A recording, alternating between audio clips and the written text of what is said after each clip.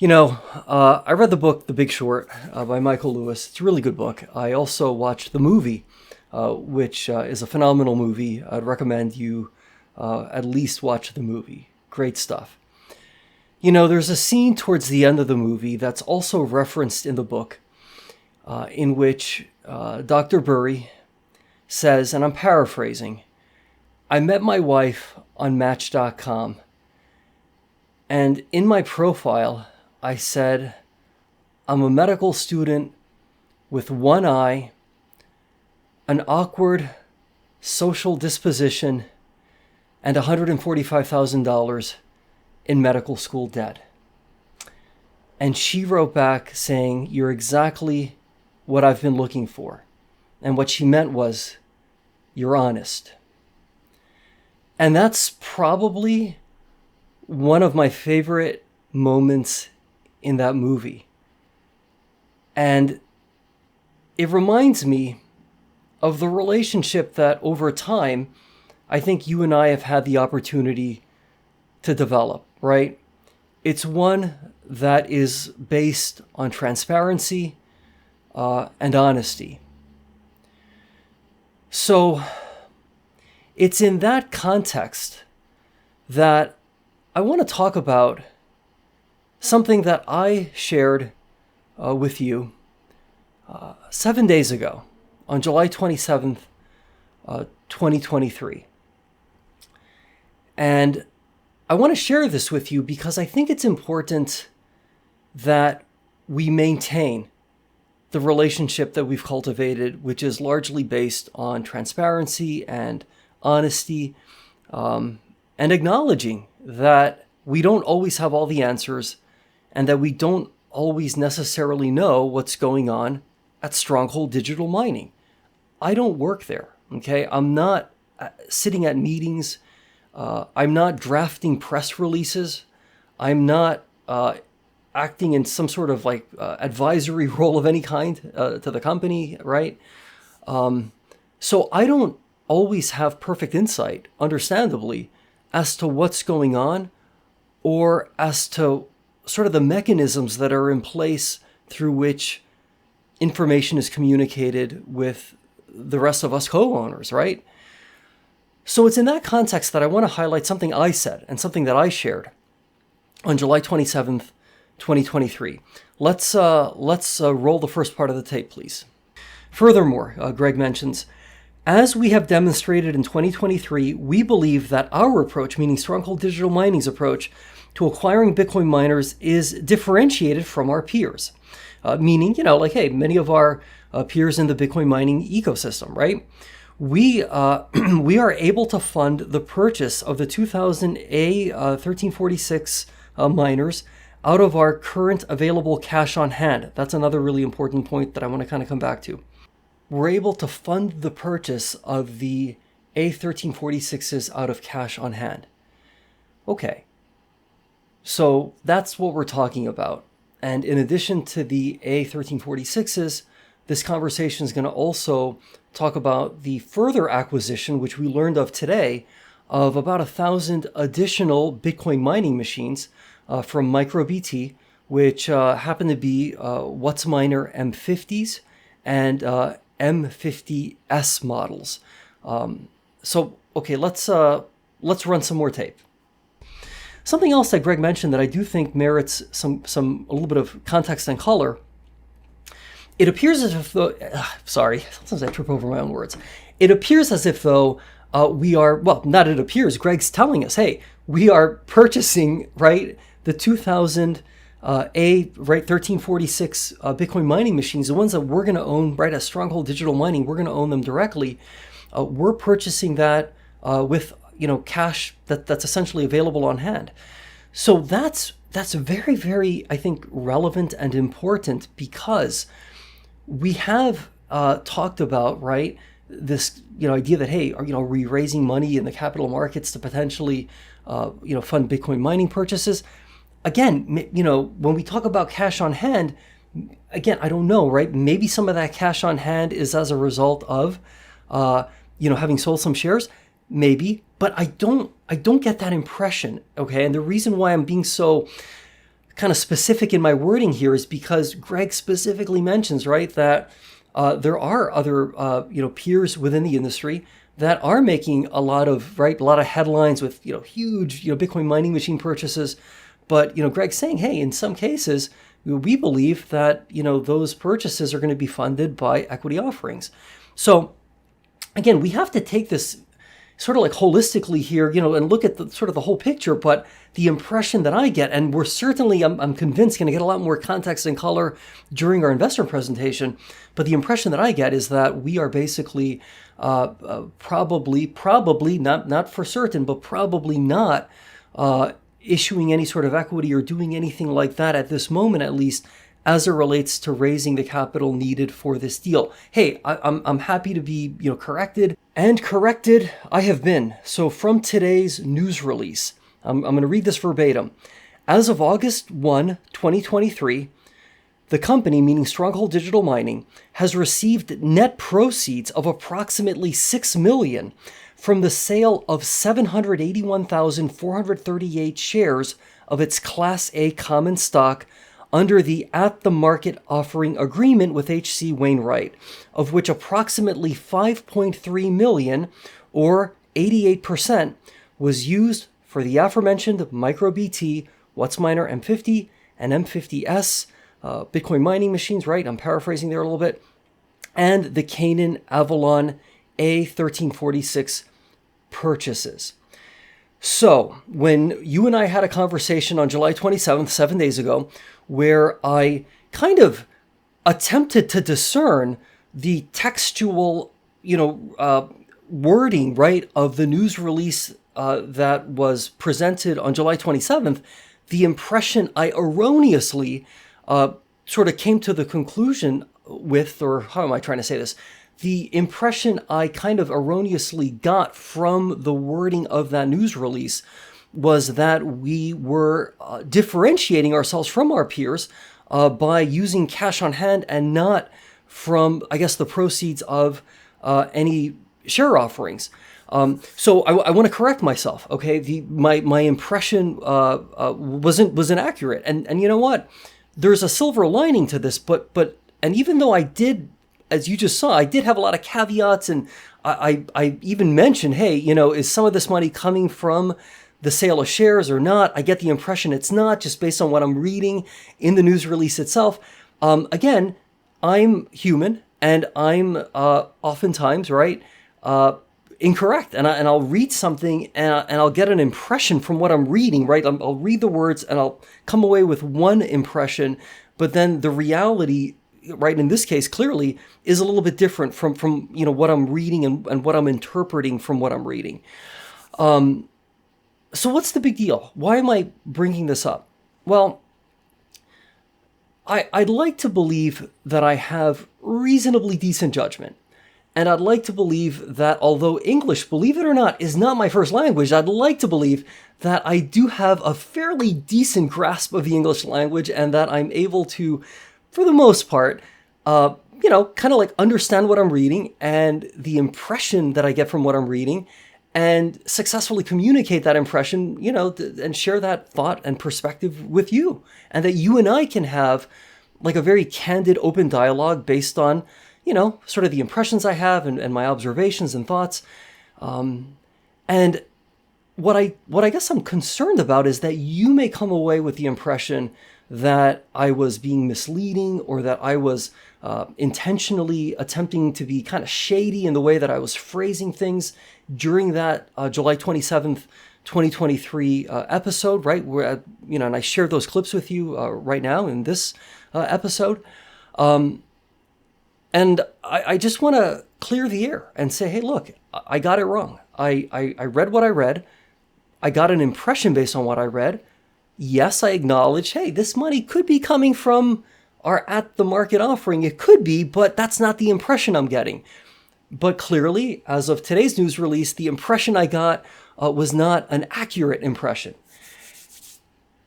Ultimately, this is good news, right? In the sense that, hear me out on this. Look at Stronghold Digital Mining is and I've been very candid about this, right? we are we're a company that is in a precarious position. And we've been in this very fragile, somewhat precarious position for a period of time now, okay? I, from day one, came into this investment. I stepped into the owner's box knowing very clearly that I was stepping aboard a very fragile and a very kind of a very sort of like dangerous kind of like adventure, all right, where I was and am gambling that this company will not go bankrupt, right?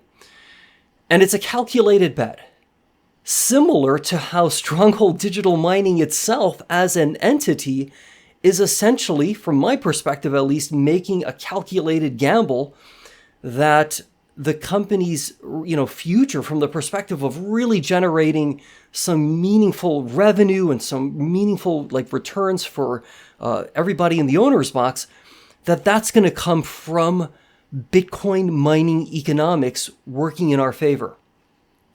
We, right, as a company, Stronghold Digital Mining cannot live into that future, cannot live up to that full potential without Bitcoin mining machines. We need those machines.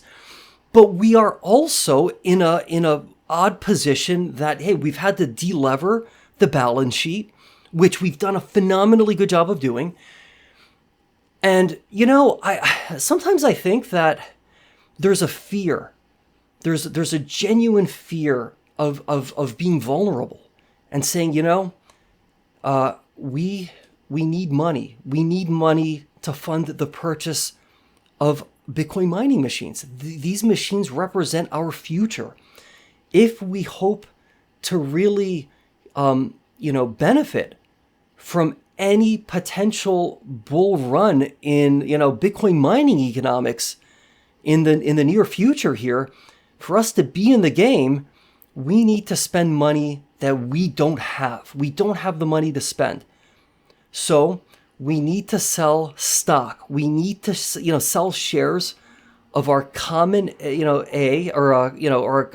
Class A common stock. We need to sell shares in the open market to fund the purchase of these Bitcoin mining machines. And to be perfectly clear and fair, in the regulatory filing, which I've referenced before in past episodes, it basically said, hey, we can use this money for anything, but basically like any lawful purpose. And that's, I think, a perfectly correct and great way to phrase it for in the context of a regulatory filing. But I do think, right, that there's a freedom that comes from having just saying, hey, look, here's the reality. We've got $59 million some odd dollars in debt that right now we don't have any mandatory amortization payments with Whitehawk. That's going to commence next July 2024, right? Absent any further modifications to the agreement, right? Right now, grid prices, right? Electric, grid prices, that revenue input is like practically non-existent. It's very weak.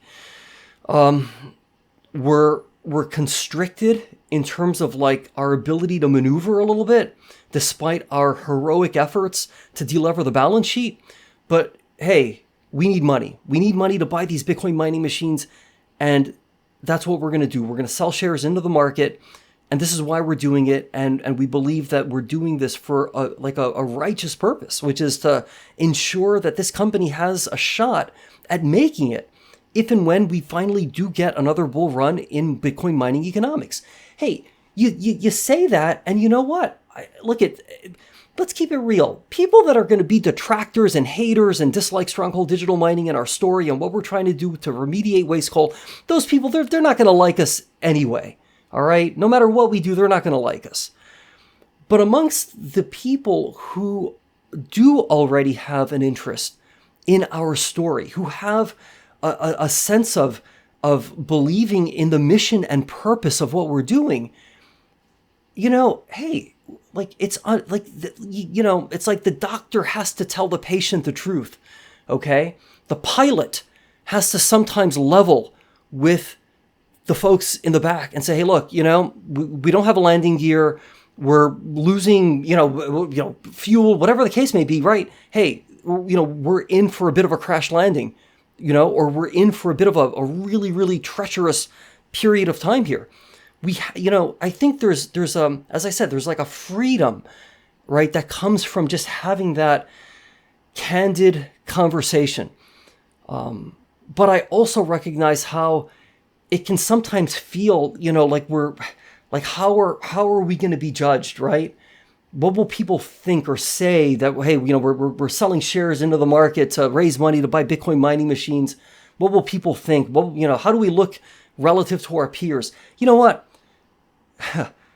We have to. I believe we need to just focus on our own operations. Okay, I don't really give a shit what other companies are doing with their capital, with their hash rate. I can't give a shit. I got to focus on what Stronghold Digital Mining is doing, right? I got to focus on, hey, what are we doing to survive and to get from where we are right now to our future, right? To live into our full potential. But I'm sensitive to how we're also kind of in this marketplace environment where it's like, what will people think? What will the journalists say?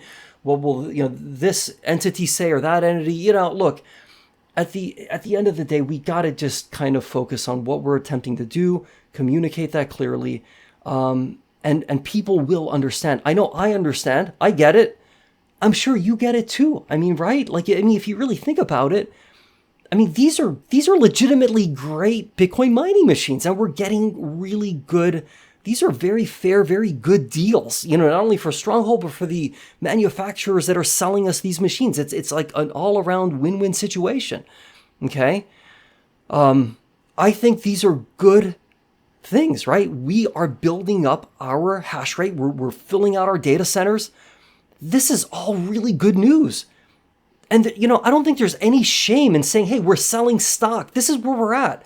We are our back is so far up against the wall, okay, that we're having to go into the market, into literally the public market, right, and sell shares into the market to raise money to do this. See, I think that's very compelling. I think that's compelling. I think it demonstrates a vulnerability of saying, hey, look, man, yeah, we're fighting for our life here. This is an existential battle.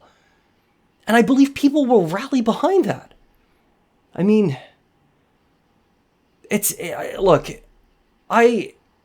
end of the day, I believe very strongly in the mission and purpose of this company and what we're doing. I just didn't want you to think that the words I spoke on July 27th were in any way, shape, or form some sort of effort to, paint a picture that wasn't reflective of reality. And that's why I'm creating this episode, this broadcast, to share the news that yes, we're making these incredibly important Bitcoin mining purchases. And yes, we're doing it by selling stock into the market. And I'm not ashamed of that. Nobody should be ashamed of that. This is the reality of where we are as a company. Okay? And sometimes, if we think ahead a bit and we think ahead to that day where Bitcoin mining economics have perhaps potentially turned around and we're in a vastly different position than we are now, isn't the story all the more remarkable when we truly know how far we've come? The long walk we had to take from the brink of insolvency, having to sell stock into the public market to buy these machines, to think about that and to think of the journey that we've been on to hopefully, right, reaching our full potential and benefiting tremendously if and when we do see a turnaround in Bitcoin mining economics. That's a story that I continue to want to be a part of. And it's a story that I hope you will consider continuing to be a part of as well. And I appreciate you, and I appreciate the fact that we can have these conversations. Let me know what you think in the comments. I'm open to your thoughts and perspectives as always. And Until next time, let's stay positive, let's be great, and let's continue to be transparent and truthful with one another, because that ultimately is one of the few things we have in this topsy-turvy world where sometimes it's unclear which way is up and which way is down. Okay, see you next time.